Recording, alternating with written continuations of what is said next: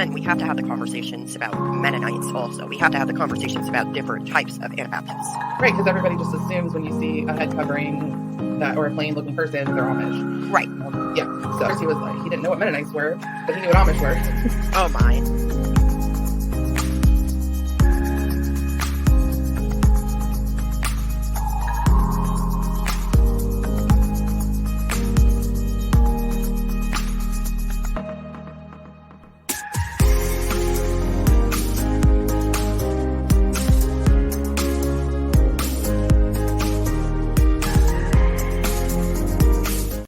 Good morning, everybody. So we are gathered here today on our second meeting of the Sacred Subjects Book Club.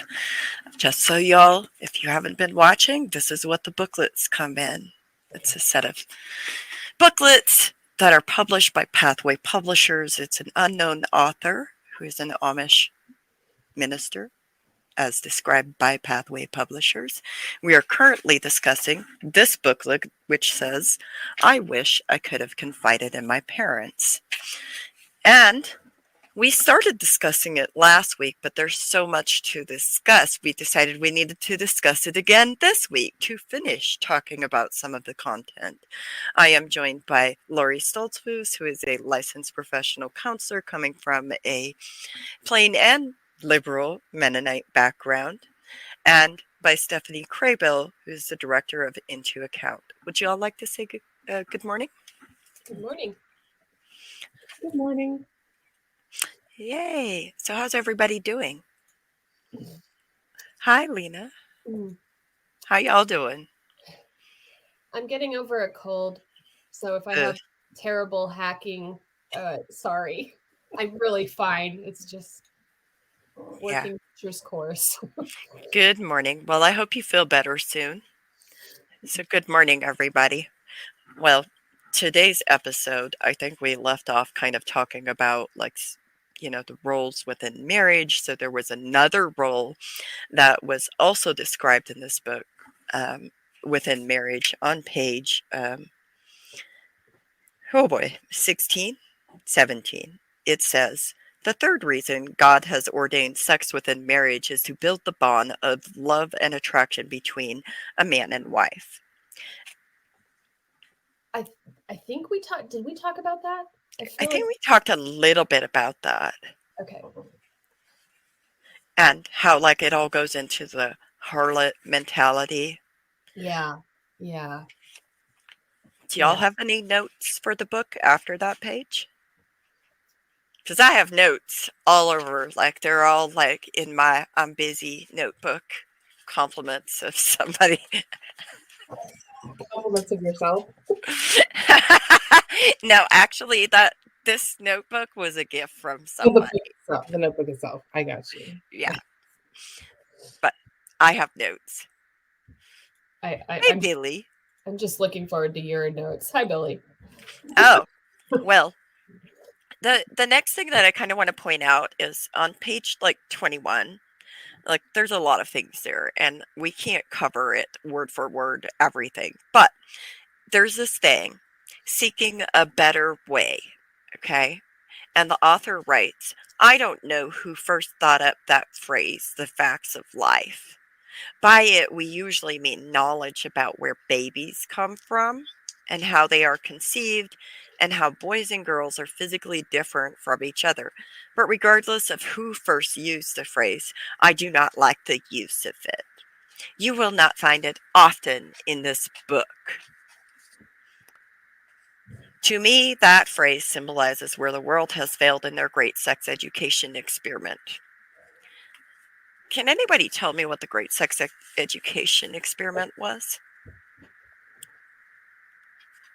Well, I think between the discussion that we had last week and some of the knowledge that various folks filled in the comments, we're to assume that this was first written in the 70s, which I guess means maybe the Great Sex Experiment is referring to the sexual liberation movements of the 60s and 70s.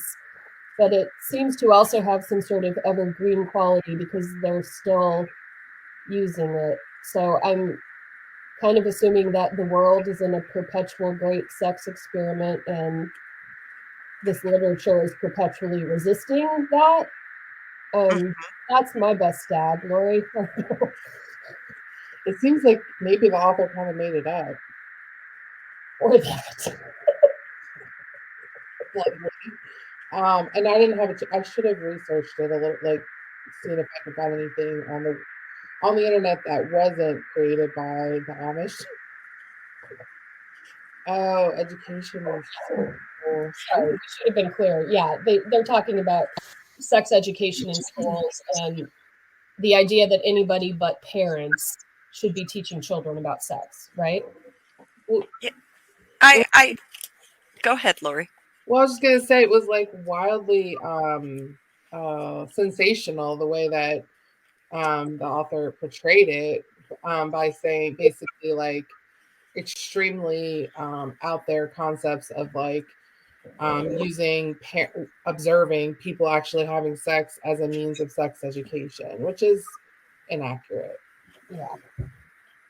And as used as a means of fear mongering, in my opinion. Oh, we got all the animals because Freya's been in here this morning just like pacing. It's great. This is I mean, pacing time, so I don't think Freya likes this description of the great sex education experiment being sensationalized and used as a fear-mongering tactic. I don't think she likes that. I don't think this one likes it either. No. A cat's butthole to offer to that. Man, we're really going there. I mean, We what? No. Inappropriate. That was okay. That was an in here thought. Okay. I mean, the author does also say that it is important how we teach our kids. It is important. The most important thing is to understand how important it is the attitude we teach our children to have about sex. Okay, I mean, it is important. Sure. Yeah. Like that is important. But then he goes on to say that it is of utmost importance that we come to see sex in its rightful place as something beautiful and holy created by God for our benefit. How do you feel about that?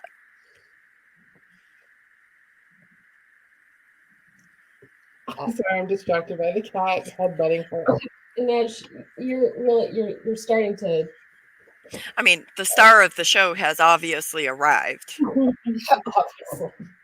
This is the real star, in case y'all didn't know. So, okay. I would shut her out, but then you would just hear like scratching. I'll control myself. She's just really cute. I mean, she's so cute.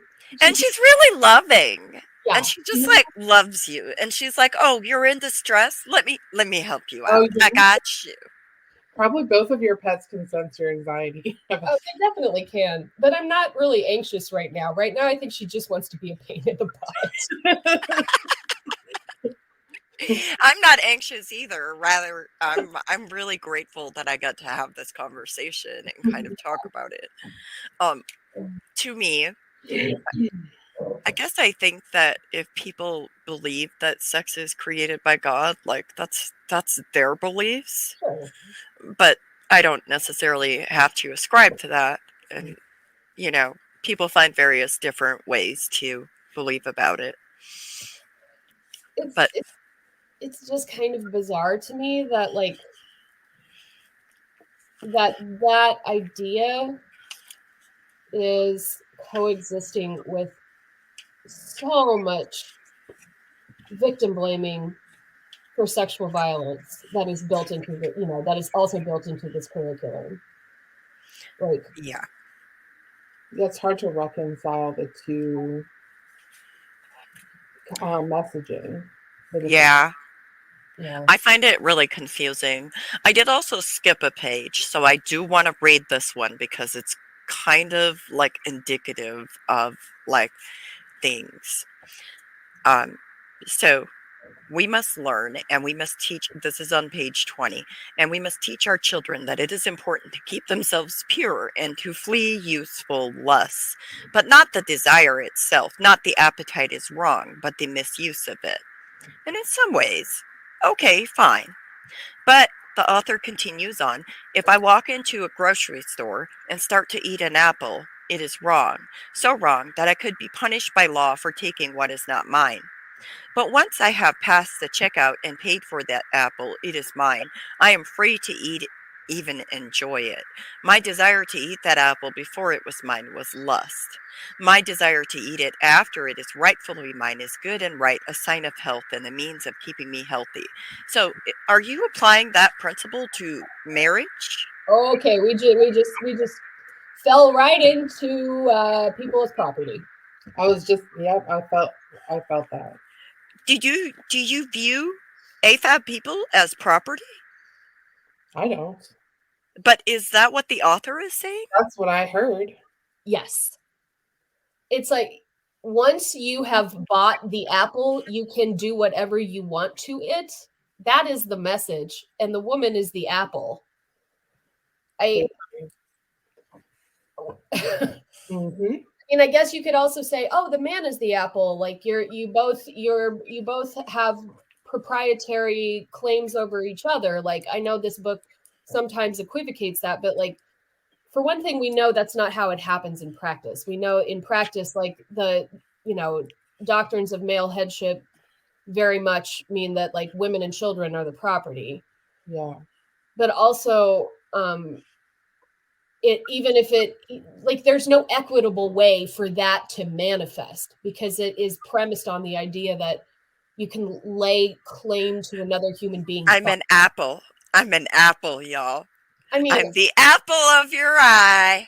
where do we begin with the like etymology of the like I'm an apple. I am an apple.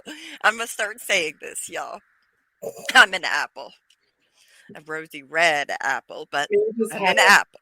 a new realization about yourself. Oh, look, Kitty's back. Kitty's like, oh no, I can't do this whole apple analogy because, like, it just, no, this is not cool. Kitty's like, I'm sorry, I'm the apple here. Like, admire me. Yes. But importantly, this apple does not tolerate like entitlement to her body. Like if you try it when she's not like wanting to be picked up, she will scratch your face off. I love that kind of apple. Oh, this sounds entirely too relatable. Let's yeah. Feel free to scratch the faces off of people who feel entitled to your apple.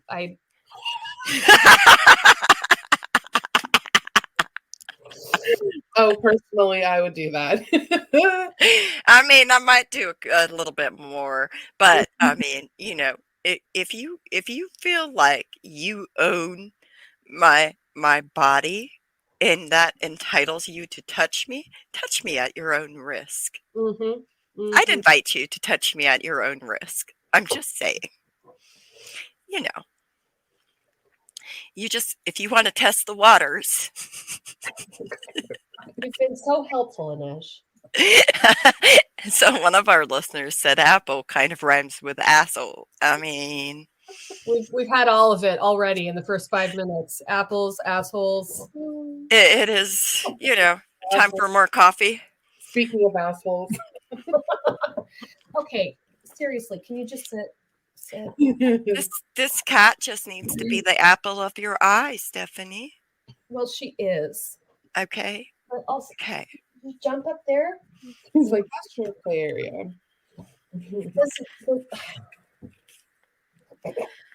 And then, there's like this whole, how we speak in like parables, right? Mm-hmm. Okay. So if you look at like page 22, so how open should sex be, writes the author. Okay, then, We understand that sex is not dirty, it is not shameful, it is not wrong. But if it is so good and holy, then why should we not talk about it openly to everyone we meet? Because it is too sacred to treat so casually as we do common things like eating and sleeping.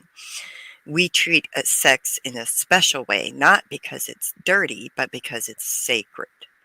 And then there's a parable story given of like a teenage son who was rebellious and he lost control of his temper and he shouted bitter, angry words at his father, said he was going to leave and go to the neighbors in town to stay. He said they had often invited him to come if he couldn't make it at home any longer. And he said that he was tired of living with hypocrites and that even the worldly people were nicer to him than his own parents. But the insults and blame were more than Andrew's father could take. He shouted back, accusing this child of being an unruly and selfish and ungrateful son. And the son shot back that he would not come home until the father apologized to him, and the father shot back with equal force that neither would the son be welcome until he apologized for the way he had talked. And that evening the father went to bed, but he could not sleep. He kept remembering those angry, blaming words he had spoken to his erring son. It had been steel against steel, his own will against his son's will. He did not feel good about it. He had been prodded into losing his temper. His son had accused him of being a hypocrite, and now he felt very much like one indeed. But Andrew is the son, was having a hard time going to sleep too. He could only think of the bitter insults he had yelled at his father. Deep inside his heart, he knew it wasn't true that the neighbors loved him more than his parents. And finally, he could stand it no longer. He started out for home to apologize to his father. At about the same time, his father swung his feet out of bed, dressed, and started down the road to go to town to find Andrew and apologize for the thing he said. The two met about halfway between home and town. How thankful they both were for the privacy that darkness gave them as they met there at the side of the lonely country road, both sobbing in remorse, both asking to be forgiven. They talked for more than an hour and then they both returned home. It was an experience that was painful and humiliating, but one which both father and son cherished and remembered and treasured as long as they lived. It was the beginning of a bond and a relationship between them that was priceless. What all did you notice in there? How you like that? Victim blaming? What part was victim blaming? His dad, he said his son prodded him to anger. So he was essentially blaming his dad for his anger. I mean, his son. Okay. Can I ask about this? Where the father, like, talks about, like, it had been steel against steel, his own will against his son's will. What about that part? There's so much going on here. I mean, go ahead. I don't know. I mean, I feel like, again, like this sounds like a heartbreaking scenario that probably happens a lot. Or at least the initial confrontation. There's no recognition of the father's power. This steel against steel, fine. He's using a weaponry metaphor, and his son goaded him. That victim blaming language, like Lori said, but it's like my interest is in the original things that the son said. That you're hypocrites. That, like, it's funny that the stated rebellion was pretty specific. Like, this hypothetical scenario had some really specific accusations from the son to the father. the worldly people were nicer to him than his own parents. Yeah. Oh, but he knew deep in his heart that his parents loved him more than that. That's the follow-up. That's the truth, voice of authority follow-up. And it's like, okay. Okay. But he's a child again, you know, like he's a teenager, he's verging on adulthood, but he's a kid and he's talking to his father. So who has the power and authority in this situation? Obviously the parent. Okay.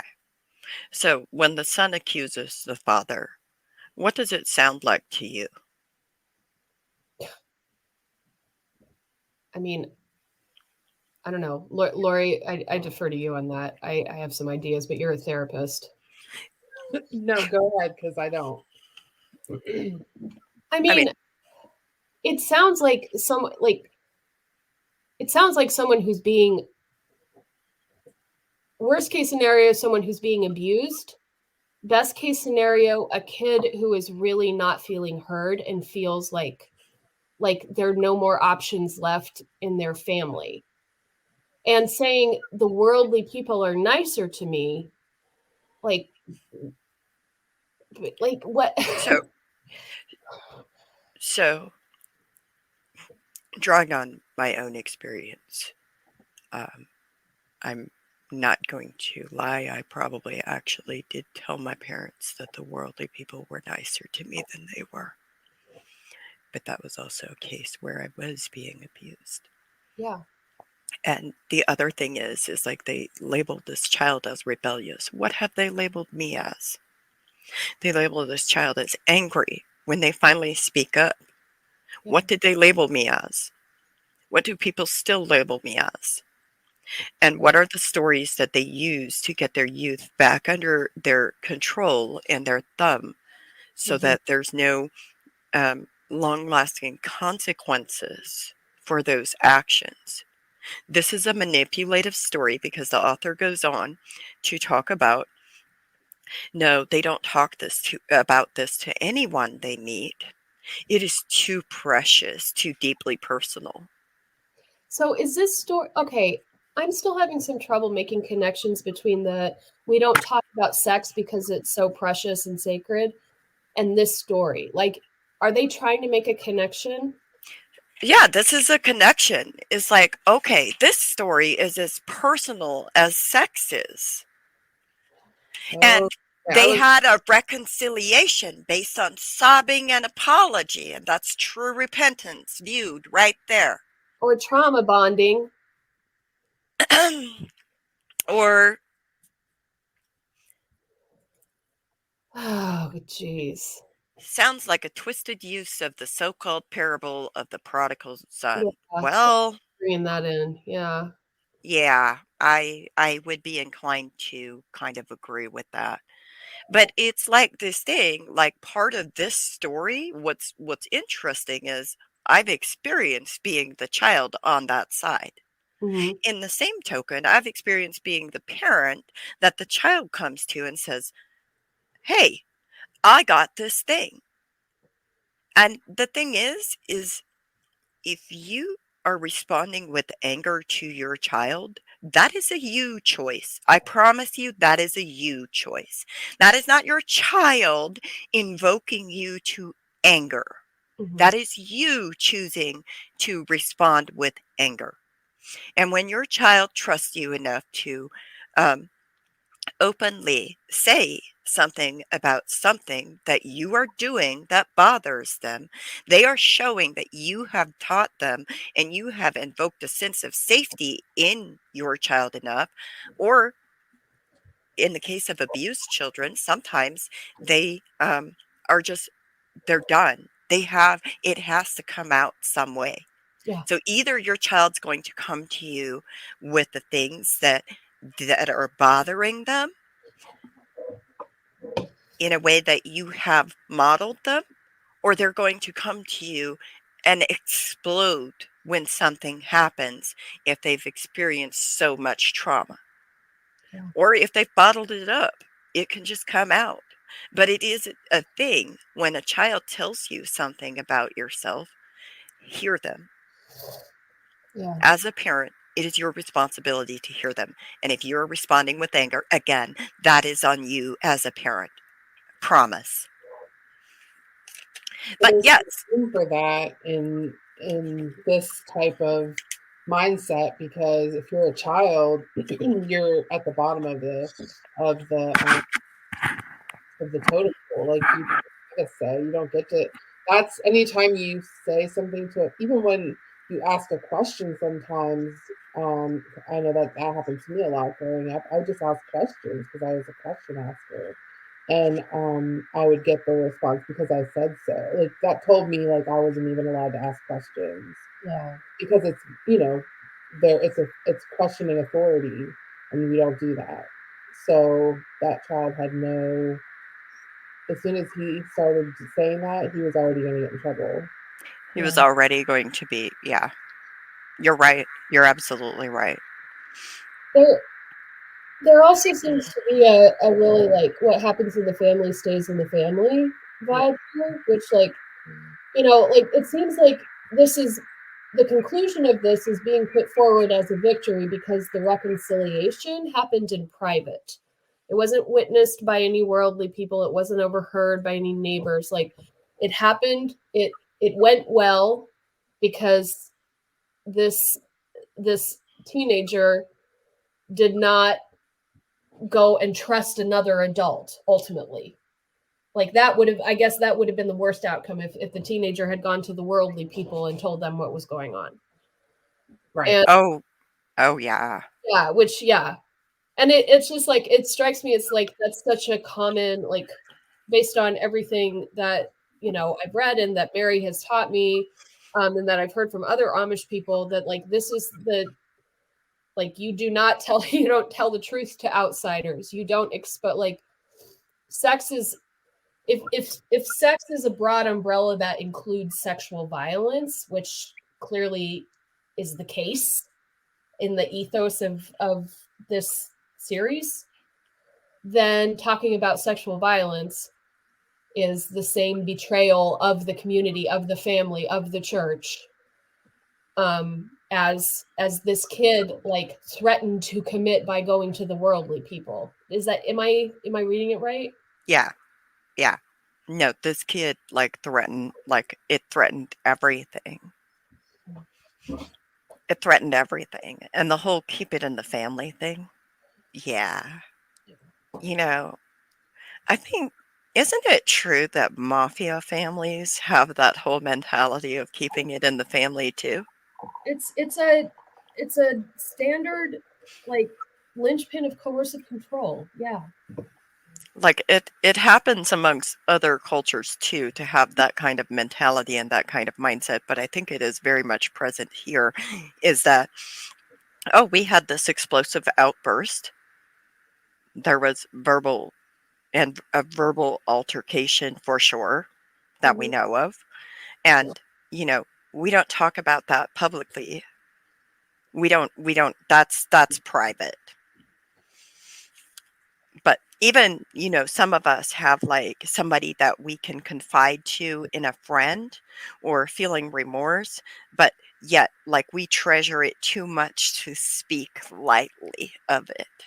Like, we don't. And they come, like, this is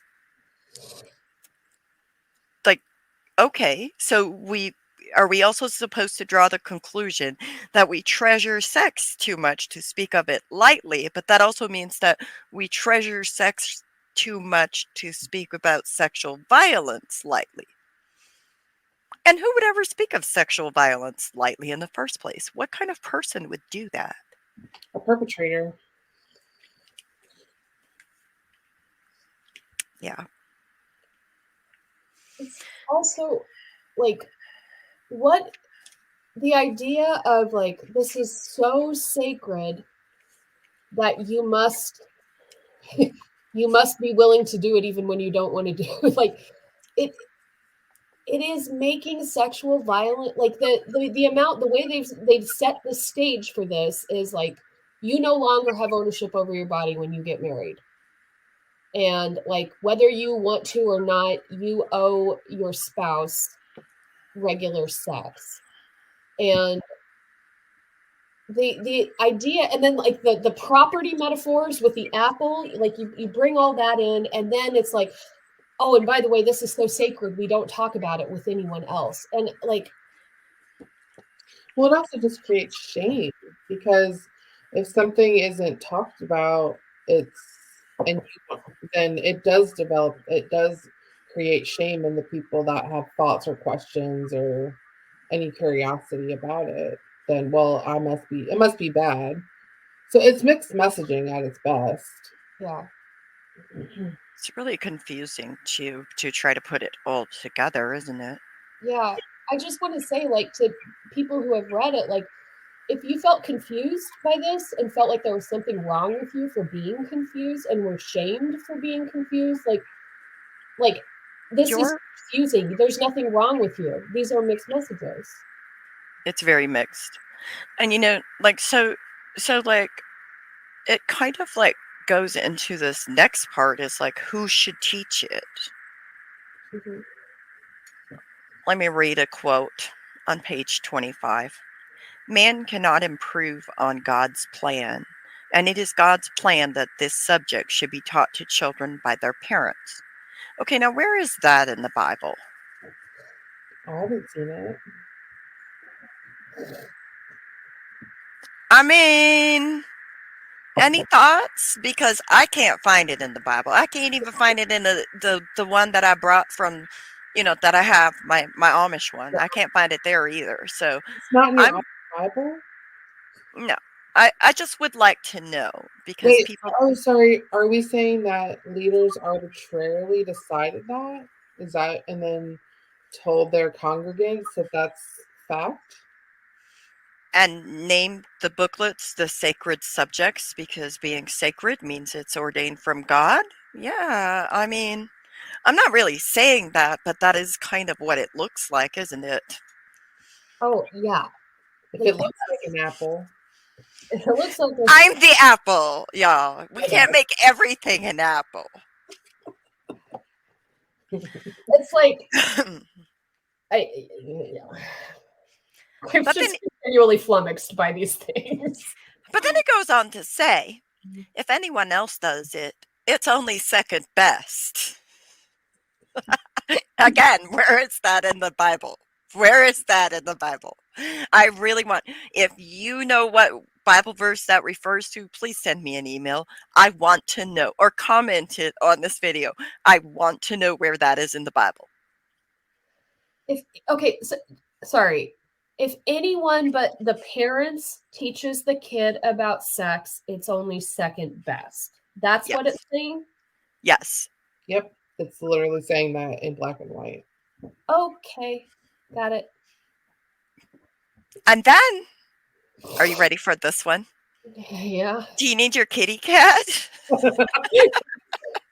Yeah, I might want to think about it. She's happy on the couch now, and that one is worthless. Like, let's just I want my own here. Okay. A whole news for Sunday, so we ain't all about it.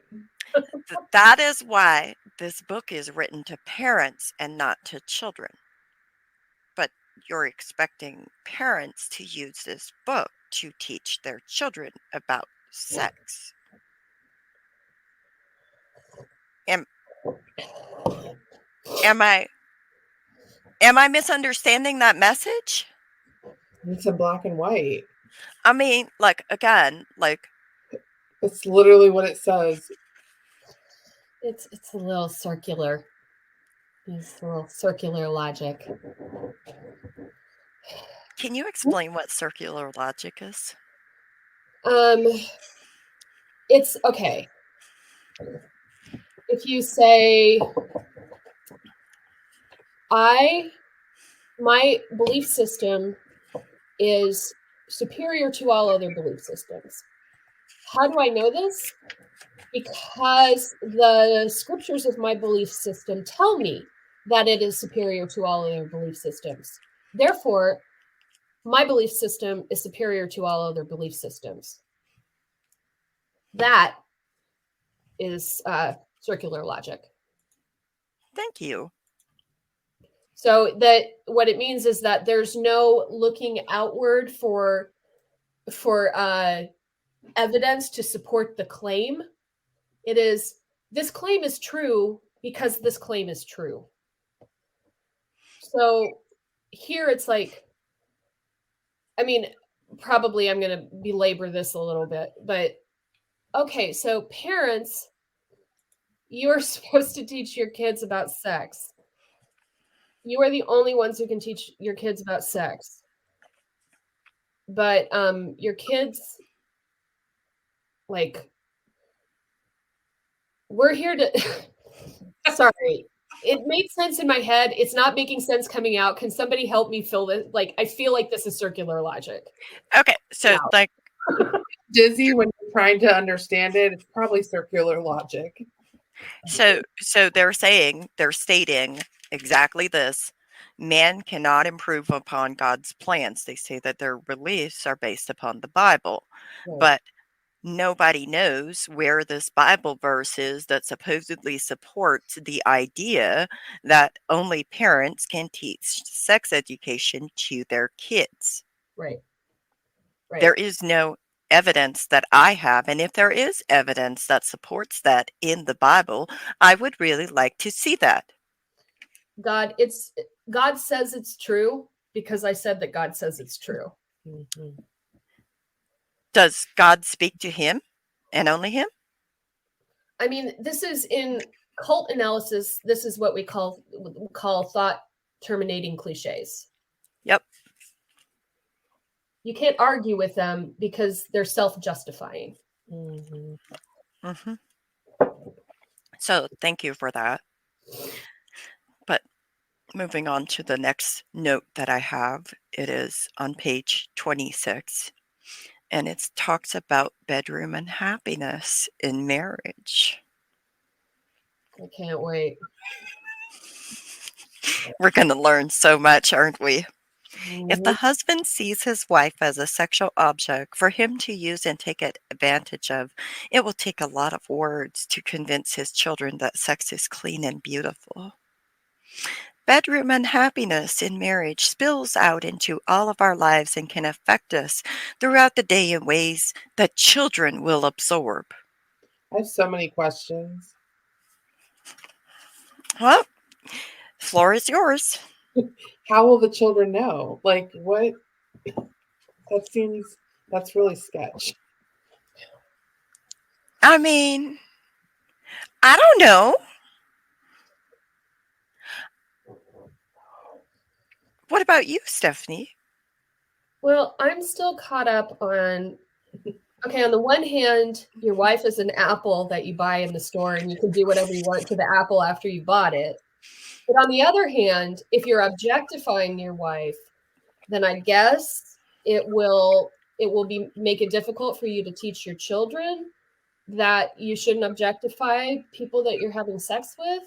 You're kidding me, right? But then don't forget that, like, if you are the apple, you need to be available to be bitten whenever. And you can't talk about it to anybody outside of the family. And by the way, it is always second best for people who aren't parents to teach their children about sex. Always. That also fits immaculately into whatever the hell this is. Not. I mean, on one hand, I even have to say this because I'm just like, okay, but this part, like the part where you talk about, like, I think what this author might have been trying to get to is the fact that the behavior we model teaches our kids more than the words we say. If you think about it, you can say one thing, but your actions, what you model to your kids matters. Right. Okay. And so maybe the author's trying to get at that, but it doesn't really make sense to anybody outside of like that type of environment. In the same token, that is directly conflicting the apple of the eye. Like, right. So how do you reconcile that? I think the only way you reconcile it is if you've been groomed with the thought terminating cliches, so that the logical inconsistencies in this, if they occur to you, you assume that you need to feel ashamed for noticing them. That's the cult grooming that makes you be like, oh, this doesn't make sense, but clearly it makes sense to everybody around me, so there must be something wrong with me. Yeah. And maybe I should just pray harder. Yeah, pray harder, whatever. Yeah. Because the author also mentions, like, for the husband and wife to get along with each other doesn't mean making a big public display of it. Only in private do we teach appropriate, except if like you never display and model appropriate physical touch. And I'm not talking about going and having sex in front of your kids. That's not what I'm talking about. What I'm talking about is modeling consensual, appropriate, age-appropriate physical touch for your kids. Right, and doesn't he talk somewhere in the book about not showing any public affection?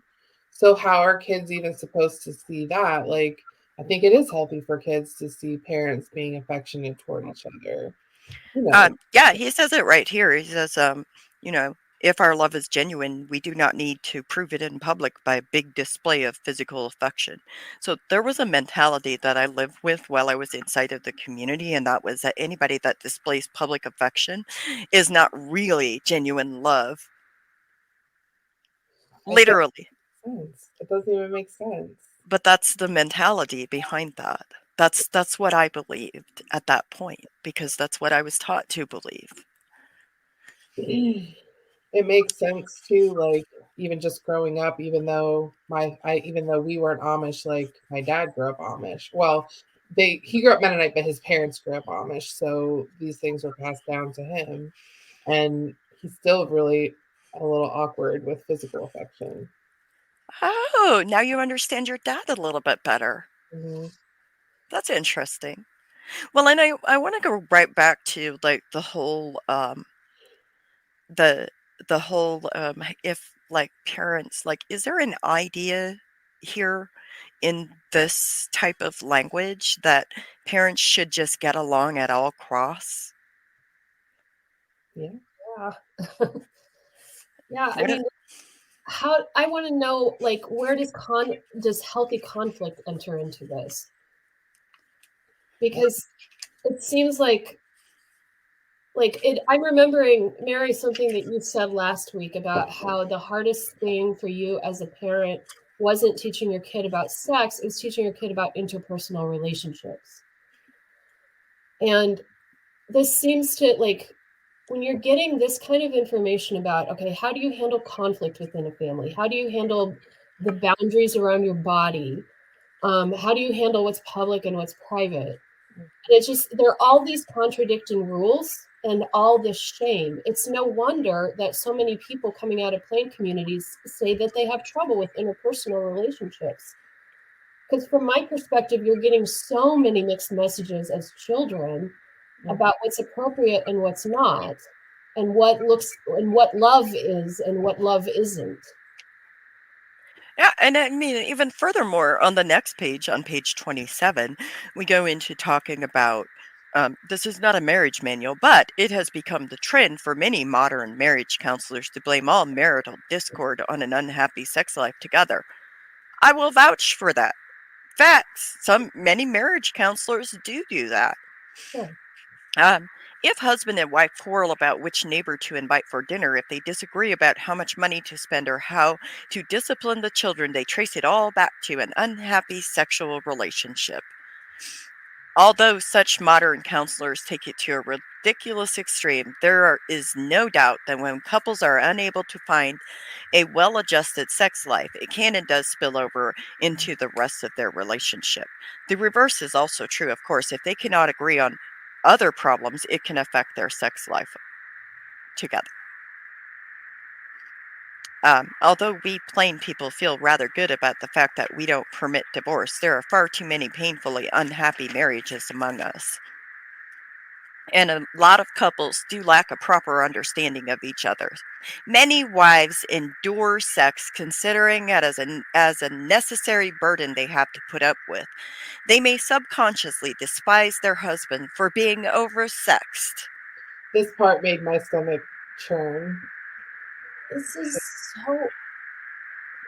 Oh God, how do you start to untangle like what's actually like a thread of wisdom in this? And The then husband go ahead. certainly has his part to do to understand his wife and to demonstrate that his love for her goes beyond his physical urges. Many women have a much more subdued sexual urge. Oh, They for the find Here we go. with this bullshit again. Sorry. I love uncensored Stephanie. I do too. It's great. This is part of why this book club is so great. I have the Mennonite filter sometimes. Mine is really rusty, that Mennonite filter. My Amish filter is super rusty 99.9% of the time. I just don't know where I fucking left it. No, But if y'all see it, please let me know. You set it on fire, Mary. That's why you can't find it. I think I might have burnt it. Yeah, I really think I did. Good call. Okay, so But don't worry. Don't Okay. worry. Since women have a more subdued sex urge, they find meaningful and understanding hand on the shoulders, a gentle pat, a kind word, or an embrace or a thoughtful kiss. They may be much more interested in talking or discussing the day's happenings when bedtime comes. Husbands must remember that if they love their wives, they will not only think of what would make themselves happy, but also what would make their wives happy. The measure of our love is not how eager we are to get into bed, but how willing we are to get out of bed in the middle of the night to help care for the baby that resulted from our love together.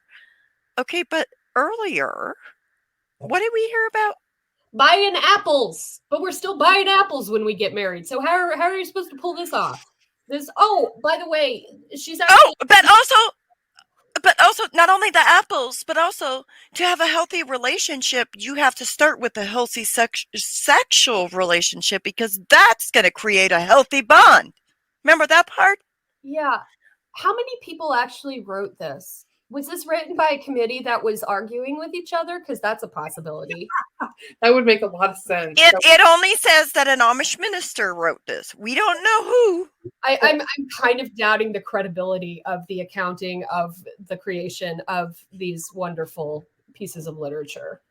Plot twist: it was several ministers feuding with one another, and the majority voted that it all gets stuffed in the book, and now here we are trying to untangle it. It's from God. Oh, but don't worry. On the next page,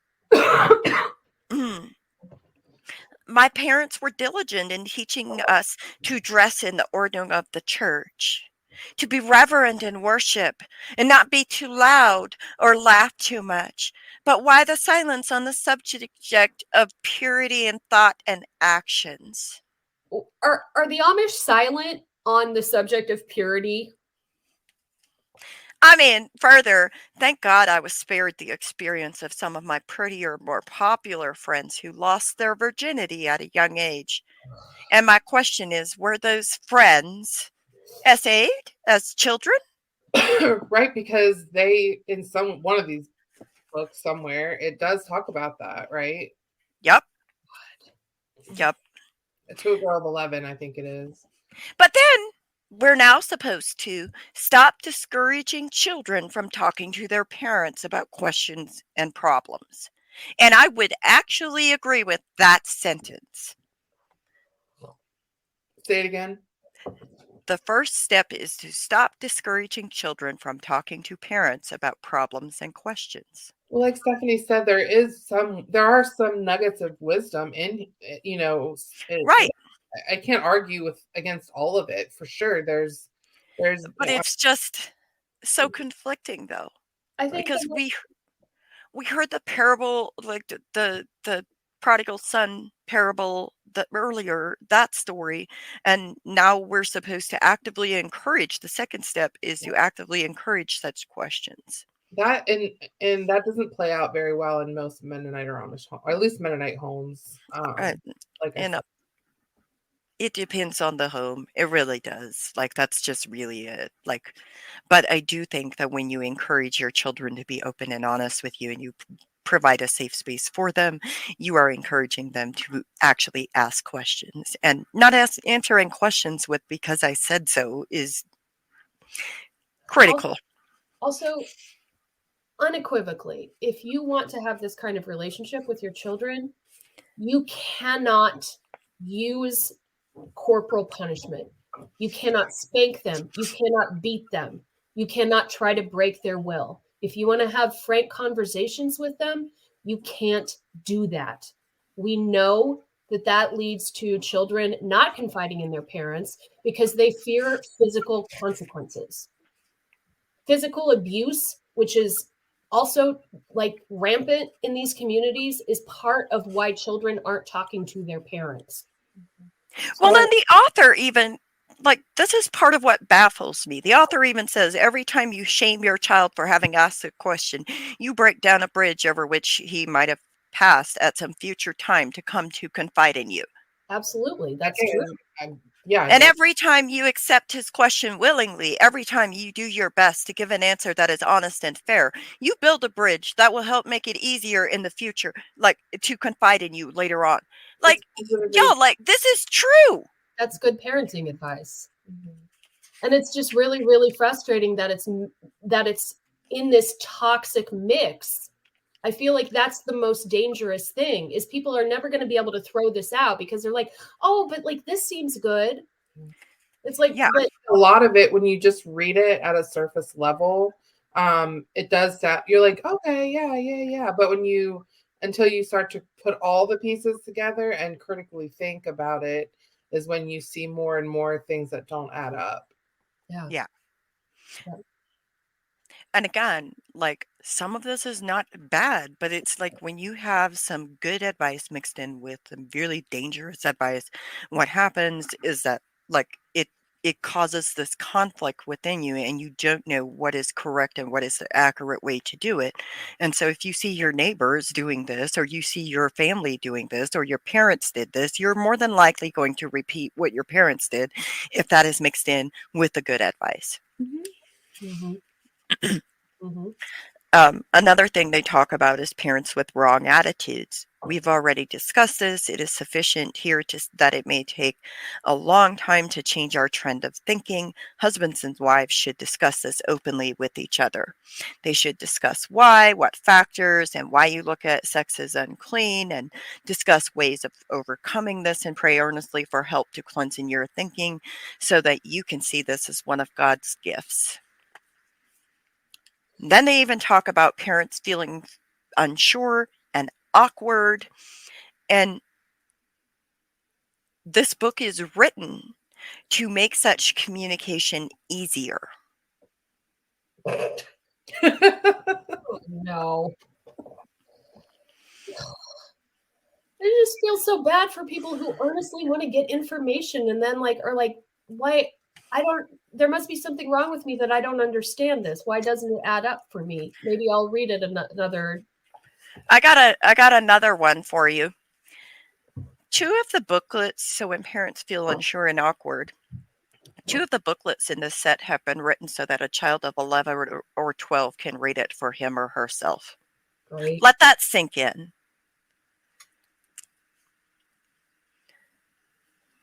And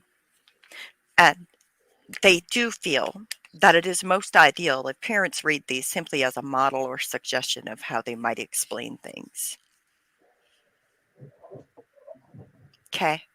And we know what's in those other booklets. Yeah.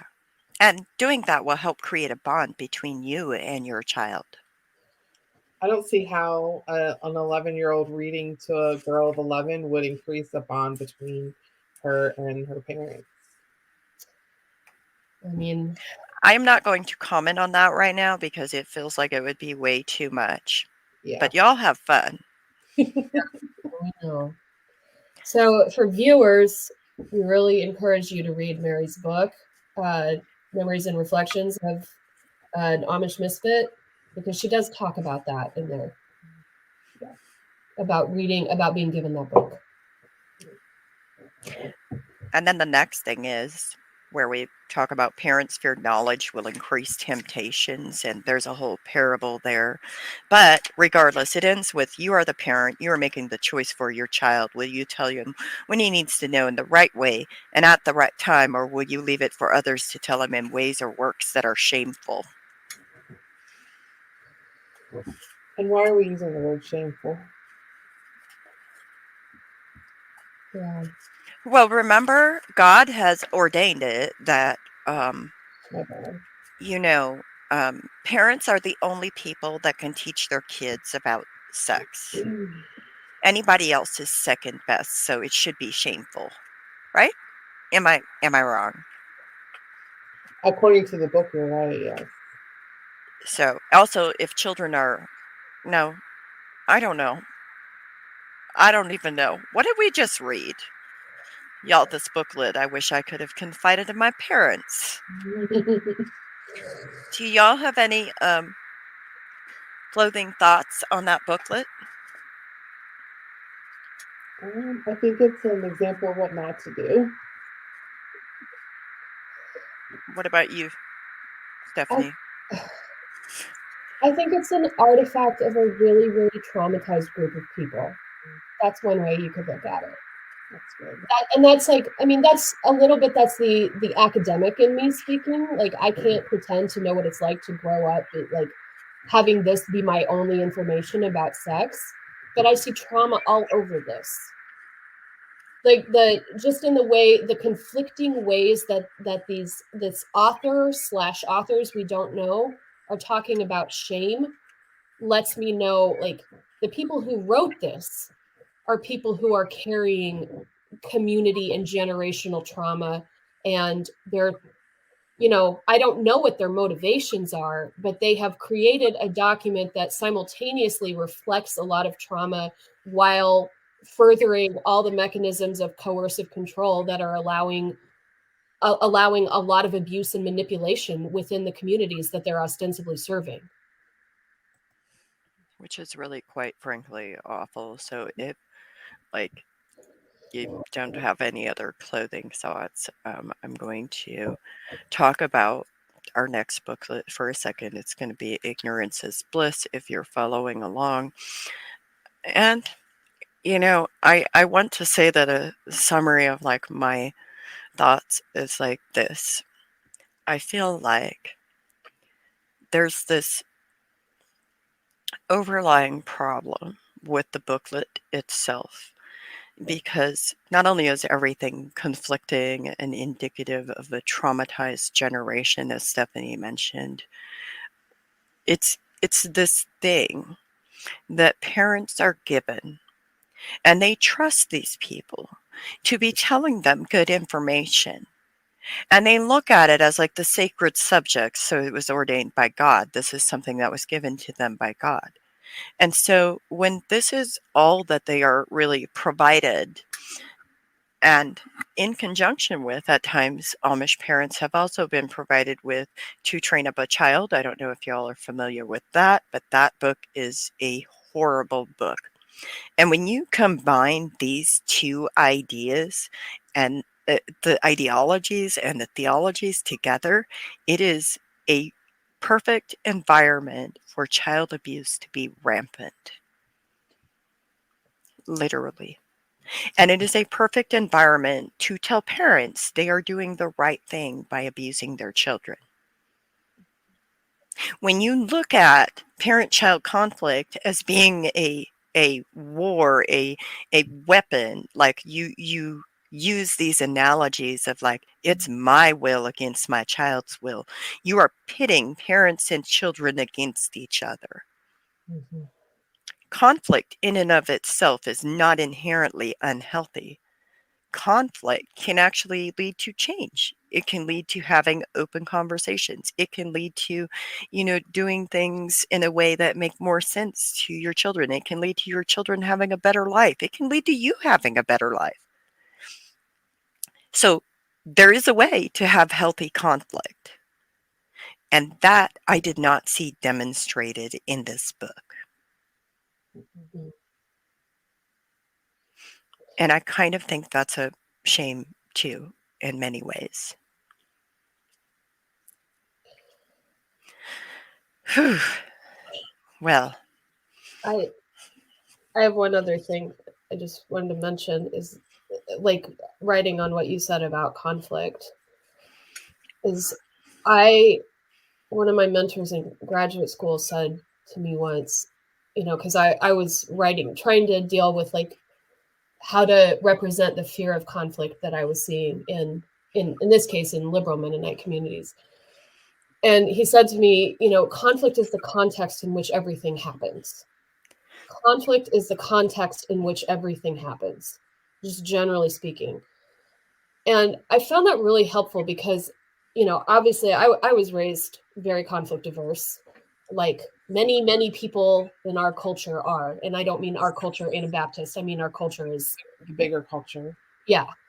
In the United States and in Canada and like Euro-American, whatever.